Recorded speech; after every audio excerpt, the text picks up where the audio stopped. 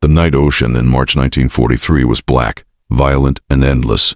Cold wind pushed heavy waves across the North Atlantic while a long line of merchant ships moved slowly through the darkness. Their engines growled steadily as they carried food, oil, steel, and weapons toward Britain. Every crate, every barrel, every ton of cargo was desperately needed for the war. But the men on those ships understood something terrible. The Atlantic had become the most dangerous place on Earth. At 11:47 p.m., somewhere far below the surface, a German submarine commander watched through his periscope. The convoy silhouettes were faint against the horizon, but they were there, dozens of ships moving together, slow and heavy, a perfect target. He gave the order.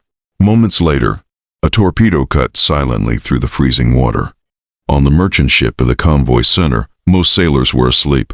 Others stood watch on the bridge, staring into darkness that revealed nothing. Then the torpedo struck. The explosion ripped into the ship's engine room with brutal force. Steel plates bent inward. Pipes burst. Boilers shattered. The center of the ship tore open as if a giant hand had crushed it. Within seconds, seawater rushed through the broken hull.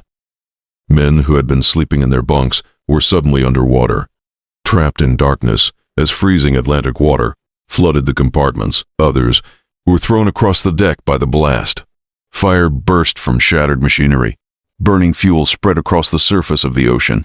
Within 4 seconds, hundreds of tons of seawater had poured into the ship. The vessel began to die. Nearby, the escort destroyer watching over the convoy saw the disaster unfold in orange firelight. From the destroyer's bridge, the officers could see the merchant ship bending in the middle, her lights flickering as she slowly disappeared beneath the waves. Tiny shapes appeared in the water around her. Sailors. Men struggling to survive in water that was only a few degrees above freezing. The officers on the destroyer knew exactly how long those men had. The Atlantic that night was about 38 degrees Fahrenheit. Without a survival suit, a man could remain conscious for about 10 or 11 minutes before the cold shut his body down completely. Maybe 12 minutes if he was young and strong. The destroyer slowed to launch rescue boats, but the crew also knew something else. The submarine that fired the torpedo was probably still nearby, waiting, listening, hunting again. Across the convoy, engines roared, and sirens echoed while escorts rushed into defensive positions. Sonar operators leaned over their equipment, listening to the deep ocean through headphones, trying to detect the silent shape of a submarine beneath the waves. But the sea was enormous, and the enemy was everywhere. At that moment in March 1943, the German submarine fleet had reached the peak of its power. Dozens of submarines were spread across the Atlantic shipping lanes, forming lone patrol lines that stretched for hundreds of miles. When one submarine discovered a convoy, it reported the position by radio. Then the others came. One by one, like wolves gathering around wounded prey. The Germans called this strategy the Wolfpack. It was brutally effective. Merchant ships were slow and defenseless. Convoys tried to protect them by grouping together with escort warships, but the ocean was vast. Even with escorts, submarines often slipped through the defenses and attacked in darkness, and the statistics in early 1943 were terrifying. In a single month, German submarines destroyed more than 100 Allied ships. Hundreds of thousands of tons of cargo vanished into the Atlantic. Every ship lost meant less food for Britain, fewer weapons for the war, and fewer supplies reaching the soldiers who were fighting in Europe. Britain depended completely on those convoys. It was an island nation. Almost everything it needed had to cross the Atlantic. If that supply line collapsed, Britain would starve. Factories would stop, armies would run out of ammunition, and the war could be lost. Inside the headquarters of Western Approaches Command in Liverpool, the officers responsible for protecting the convoys watched the numbers grow worse every week. Large maps covered the walls of the operations room. Each morning, staff officers updated them with colored pins. Blue pins marked convoys currently at sea. Gray pins showed the estimated positions of German submarines. Red pins marked ships that had been sunk in the last 24 hours. By the middle of March 1943, the maps were covered in red. More red pins than anyone had ever seen before. Every 6 hours, another cargo ship was disappearing somewhere in the Atlantic. The commanders studying those maps understood the situation perfectly. Germany did not need to invade Britain to defeat it. They only needed to cut the Atlantic lifeline. And at that moment, they were winning. Even the British Prime Minister, privately admitted that the submarine threat frightened him more than anything else during the war. Bombing raids could destroy cities. Armies could lose battles. But if the Atlantic supply line collapsed, Britain itself might not survive. Meanwhile, on the German side of the war, the commander of the submarine fleet believed victory was within reach. Admiral Karl Dönitz had spent years building his submarine force for exactly this moment. His strategy relied on cooperation between many submarines spread across huge areas of ocean. Instead of hunting alone, they hunted together. One submarine would find a convoy. It would report the position to headquarters. Then, the other submarines would be guided toward the target by radio. When night fell, the attack would begin. Submarines would surface and move quickly across the dark ocean. On the surface, they were faster than the cargo ships and nearly invisible in the darkness. Escort destroyers tried to chase them, but each time they attacked one submarine, others slipped through the gaps. Torpedoes struck from every direction. Within hours, several ships could be burning or sinking, and by the time morning came, the submarines had already vanished again beneath the waves. To the German commanders, the system seemed unstoppable. But every weapon has a weakness. Even the most successful strategy contains a flaw somewhere inside it. The Wolfpack had one weakness that almost nobody fully understood yet, and the man who would eventually discover how to exploit that weakness was not a famous admiral. He was not a powerful commander. In fact, most of the Navy had ignored him for years. His name was Frederic Walker. At the time the Atlantic War was reaching its worst point, Walker was sitting quietly in an office in Liverpool. He was not commanding a fleet. He was not leading a major battle. He was studying reports, stacks of reports. Submarine attacks, convoy movements, radio signals, sonar detections, every piece of information he could find. For years he had been trying to solve a single problem. How do you hunt a submarine? Most naval officers believed the answer was simple. Protect the convoy. If a submarine attacks, chase it away. But Walker believed something very different. Chasing submarines away was not enough, because if a submarine escaped, it would simply attack again tomorrow. The only real way to protect the convoy was to destroy the submarine completely. Every time. It was a simple idea. But turning that idea into reality required something the Navy did not yet have, a system, a way to combine technology, tactics, and coordination into a single method of hunting submarines. Walker believed it could be done, but for years, nobody had taken his ideas seriously. He was considered intelligent, hardworking, and experienced, but not revolutionary. Not important enough to change naval doctrine. So while the Atlantic burned and convoys died in freezing water, Walker continued studying the problem quietly. He read every battle report he could find. He interviewed sailors who survived submarine attacks. He analyzed sonar recordings. He built models of how submarines moved, how they listened, how they escaped. Slowly, a picture began to form in his mind. Submarines were not invisible. They were hunters, but they were also vulnerable. And if someone understood exactly how they hunted, they could be hunted in return. Walker began developing a completely different approach to anti-submarine warfare. Instead of reacting to attacks, escorts would track submarines continuously. Instead of chasing blindly, ships would work together with precise coordination. Instead of forcing submarines to escape, they would trap them. It was an ambitious idea, but the Navy believed it was too complicated, too difficult, too risky. And while those arguments continued inside naval offices, the Atlantic War grew worse every month. Convoys were being destroyed faster than shipyards could replace them. Sailors were dying in freezing water night after night. And somewhere in Liverpool, a man who believed he knew how to change everything was still waiting for the chance to prove it. He did not yet know that the opportunity would come sooner than anyone expected. Within a few months, the largest submarine attack in the history of the Atlantic War would begin. Dozens of German submarines would gather to destroy a single convoy. It would become one of the most dangerous battles of the entire conflict.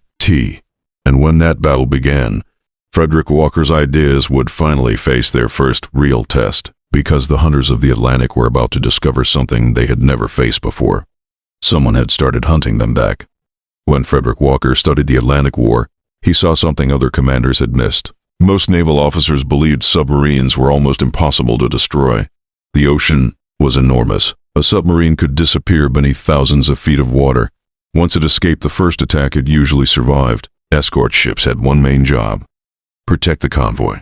If a submarine attacked, escorts rushed toward the contact, dropped depth charges, and hoped the explosions damaged the enemy enough to force it away. Then the escorts returned to the convoy to guard against the next attack. This method had one serious problem. The submarine almost always escaped, and when it escaped, it reported the convoy's position to other submarines. Within hours, more attackers arrived. Walker believed this entire approach was wrong. He had spent years reading battle reports from the Atlantic, and the pattern was clear. Submarines were rarely destroyed because escorts were not trying hard enough to finish them. The goal should not be pushing a submarine away. The goal should be killing it, every time. But destroying a submarine was far more difficult than simply saying it. When a submarine was underwater, it could hear the propellers of ships from many miles away. Sound traveled through seawater much better than through air. A submarine crew sitting hundreds of feet below the surface could hear an approaching destroyer long before the destroyer detected them. And once they heard that sound, they knew what was coming. Depth charges. These weapons were large explosive barrels dropped into the water. They sank to a set depth and then exploded.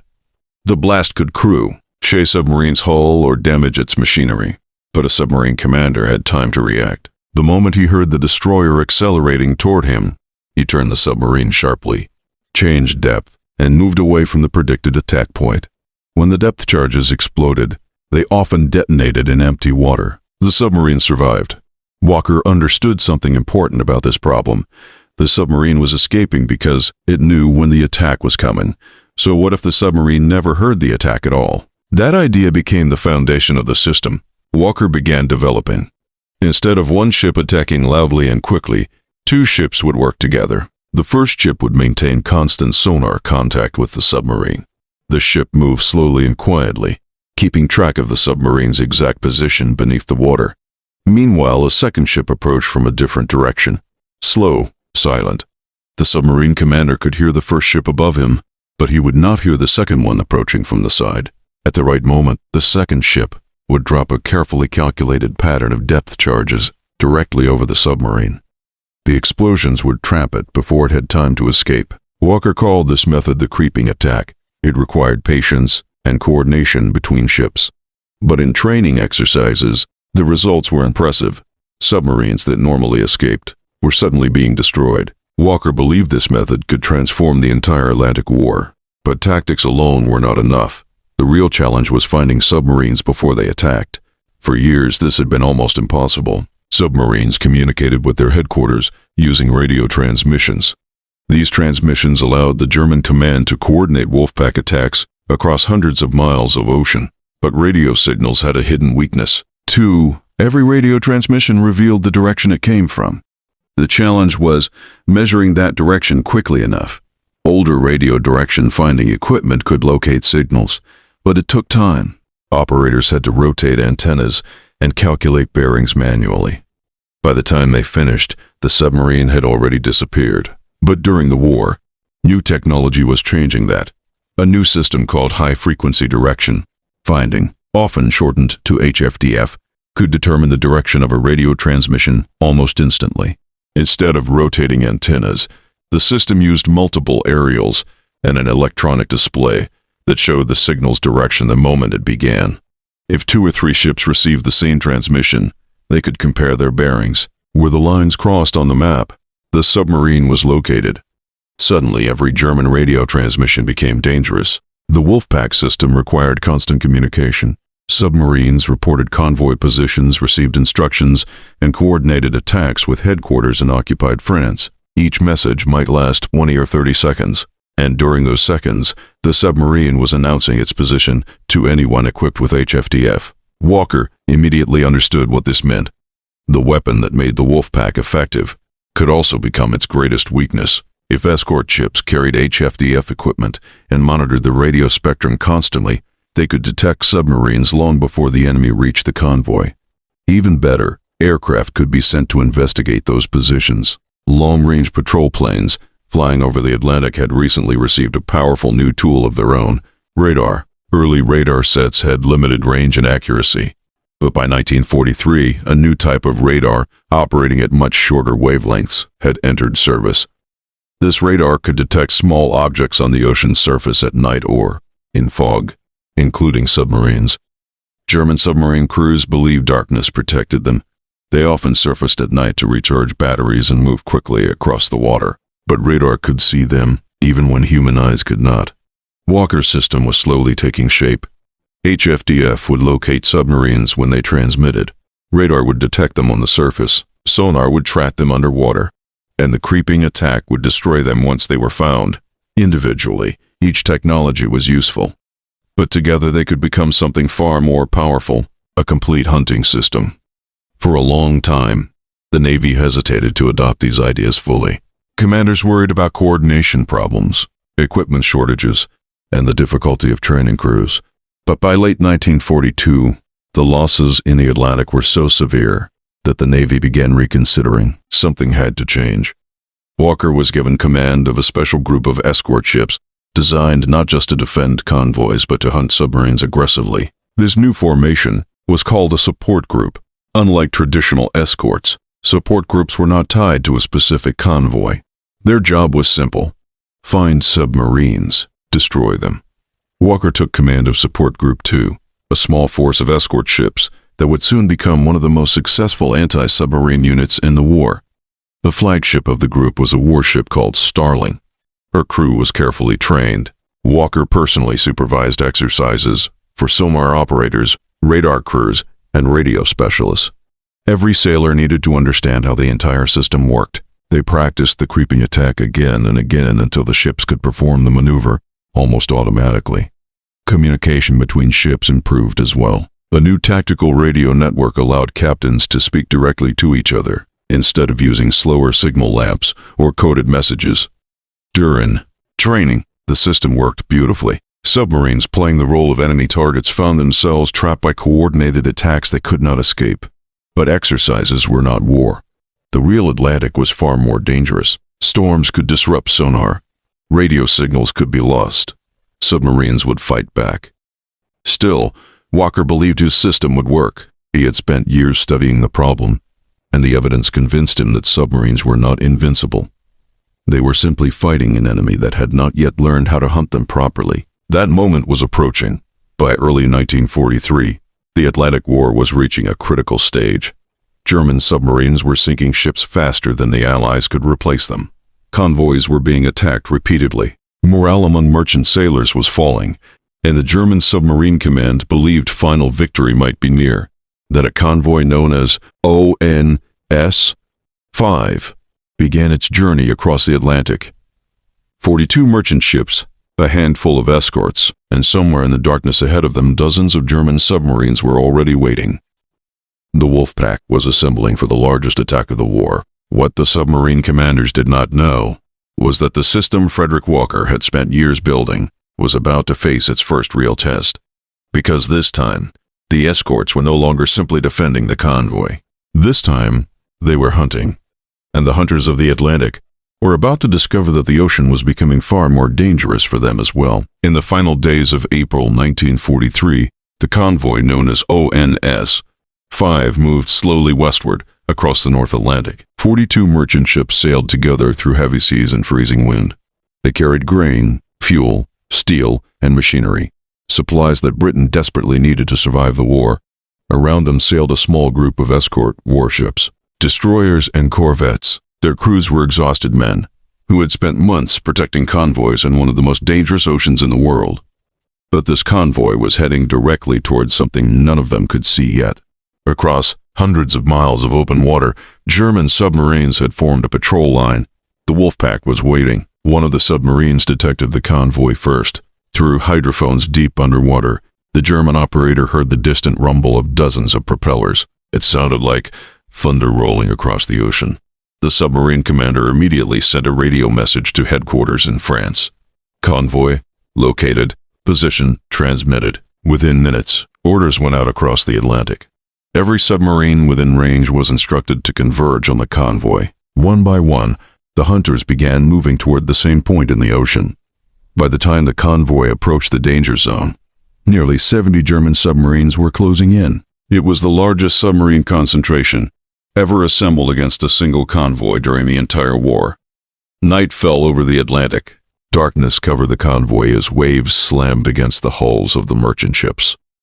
Lookouts scanned the horizon for shapes that might signal danger. Somewhere beyond the darkness, the submarines were already approaching. The first attack came suddenly. A torpedo slammed into one of the merchant ships near the rear of the convoy. The explosion sent fire high into the night sky. Another torpedo struck minutes later. Then another. Soon the convoy formation began to break apart as ships tried to avoid burning wreckage. Escort destroyers rushed towards sonar contacts while searchlights cut through the darkness. But every time an escort moved toward one submarine, another attacker slipped through the gaps.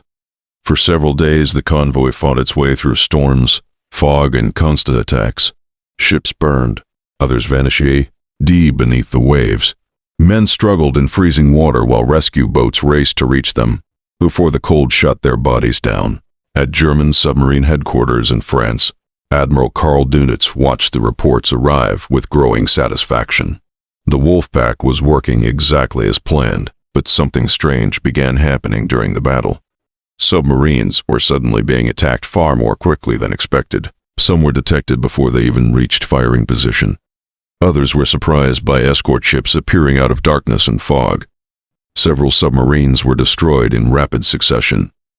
The German commanders did not yet understand why, but the reason was already operating in the Atlantic. Frederic Walker's system had arrived. Support Group 2 was racing toward the convoy after receiving radio bearings from HFDF operators. Each time a German submarine transmitted a message, the direction-finding equipment detected it. Those signals allowed Allied ships and aircraft to track the Wolfpack as it gathered. The very communication system that allowed the submarines to coordinate their attack was now revealing their positions. Then another advantage appeared. Heavy fog rolled across the ocean, covering the convoy completely. To the German commanders, the fog seemed perfect for attack. Aircraft could not see them. Lookouts on escort ships could barely see a few hundred yards. But the escorts now carried radar. Radar did not care about fog or darkness. On the screen inside an escort destroyer, a bright contact appeared. A submarine moving on the surface. The submarine commander had no warning.